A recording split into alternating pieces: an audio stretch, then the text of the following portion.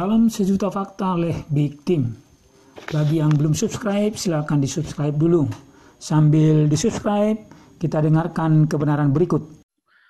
Aceh itu sebetulnya sudah ada di sel sendirian. Kan saya bilang di Mabes itu nggak bisa dikerjain, nggak bisa karena itu mereka tahu aturannya, mereka profesional orang di Mabes itu. Nah, cuman masalahnya ini ceritanya begini, Aceh kan isolasi sendiri, selnya sendirian dia memang sudah sendirian ternyata memang sudah sendirian. Tiba-tiba ada yang punya kunci masuk selnya Aceh. Nah, terus orang ini masuk dibuka kuncinya selnya Aceh ini. Pasti kerjasama dengan oknum polisi yang kurang ajar ini, yang bekas ini tadi nanti ya. Kemudian dia masuk, orang ini tinggi besar gitu ya.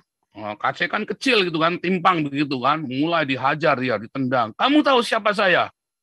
Aceh kan nggak ngerti, dia kan bukan orang-orang yang gaul macam kita ya kan. Nggak tahu, aku kubrak. Wah, nggak taunya dia itu jenderal yang terkenal ya, dia jenderal polisi terkenal.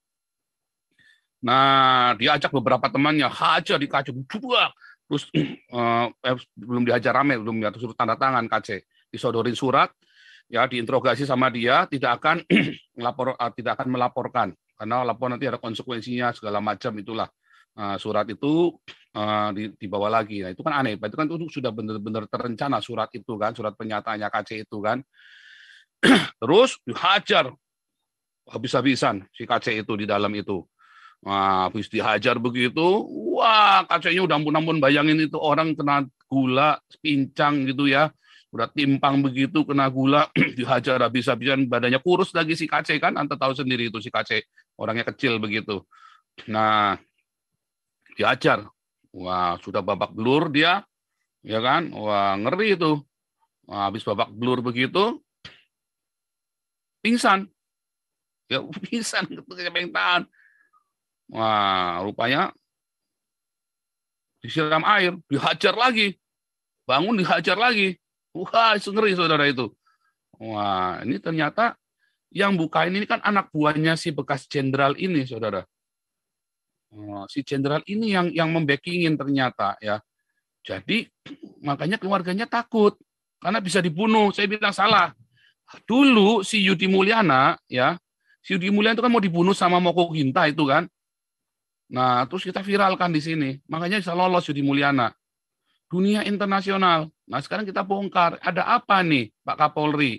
Mengapa bisa ada jenderal polisi masuk ke selnya Aceh? Mengapa? Apa kalah pangkat si Kapolri kita ini? Jangan-jangan juniornya lagi si Kapolri ini kan? Pak Kapolri kita khawatirnya kan kalau di angkatan kan begitu. Mereka kan ada masalah junior senior. Itu repotnya begitu. Jangan-jangan Kapolri kita ini juniornya si jenderal ini yang gebukin si Aceh ini, yang membackingin gebukin Aceh. Makanya bisa masuk ke dalam penjara. Serem, saudara. Bisa masuk ke dalam itu. Wah, bisa masuk ke dalam gitu. Terus itu ternyata hari kedua. Jadi waktu Warta Kota memberitakan, itu benar ya. Kan itu gosip keluar kan. Rupanya ada yang bocor ke wartawan. Ingat kemarin Warta Kota itu ya memberitakan bahwa Aceh itu dianiaya. Terus Pak lawyernya yang sebelum yang sekarang, nggak ada informasi, karena nggak boleh masuk lawyernya juga nggak salah, karena nggak boleh masuk, nggak boleh ketemu. Tetapi rupanya wartawan sudah dengar kalau Aceh itu digebukin di dalam, udah dipukulin. Nah, wartawannya nggak tahu, nggak ada, karena sudah ditelepon ke Mabesnya, aku yakin nggak ada penganiayaan. Dia bilang begitu.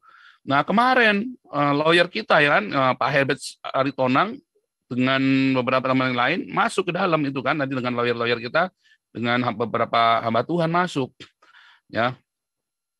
Nah, kemudian salah seorang lawyer, ya, kemarin sampai bentrok sama Herbert Aritonang itu ya, salah seorang lawyer itu menghubungi saya, ya kan, telepon pagi-pagi subuh-subuh, ya kan, terus jangan di ini Pak, nggak boleh Pak sama keluarga, oh nggak bisa, ini bisa dibunuh si Aceh ini. Bisa dibunuh. Kalau kita diam bisa dibunuh. Justru kalau kita teriak, kalau sampai Aceh mati, kita sudah tahu nih siapa yang bunuh dia nih. Ya kan? Kita sudah tahu siapa yang bunuh dia, siapa yang backingin di belakangnya. Nggak mungkin orang biasa, nggak bisa di Mabes dia dibunuh. Nggak bisa. Yang bisa adalah orang yang punya kuncinya selnya Aceh. Karena Aceh itu satu sel sendirian. Nah, Jadi si jenderal ini tidak boleh saya sebut namanya ya, tidak boleh saya sebut namanya. Jadi biar polisi yang ngurus, yang tahu sendiri dong. Ya lu tahu diri dong, itu kan kerjaan lu, daripada lu cari-cari gua, nggak bisa tangkap saya di sini. Udah dibilangin nggak bisa tangkap saya di sini. Orang saya itu di bawah undang-undang Eropa, saya ini udah menjadi warga negara Eropa. Dibilangin bandel sih polisinya, urus itu yang di depan mata, yang nggak beres dulu. Itu si Ustadz Abdul Somad. Kalau Yahya Waloni itu kan ujaran kebencian, hate speech, ya kan? Kalau Abdul Somad itu jelas-jelas penistaan agama. Irena Handono itu harusnya ditangkap. KC itu ya harusnya yang sebandingnya itu dengan Irena Handono, Abdul Somad itu yang harus ditangkepin. Ani Christian, Felix Xiao, Stephen Indra, itu ya, Sophie Channel Sophie apa itu ya, yang bekas ininya Moko Ginta. Mualaf Center itu yang harus ditangkepin, tapi kan nggak berani, nggak ada yang berani ngelapor orang Kristennya. Itulah seremnya.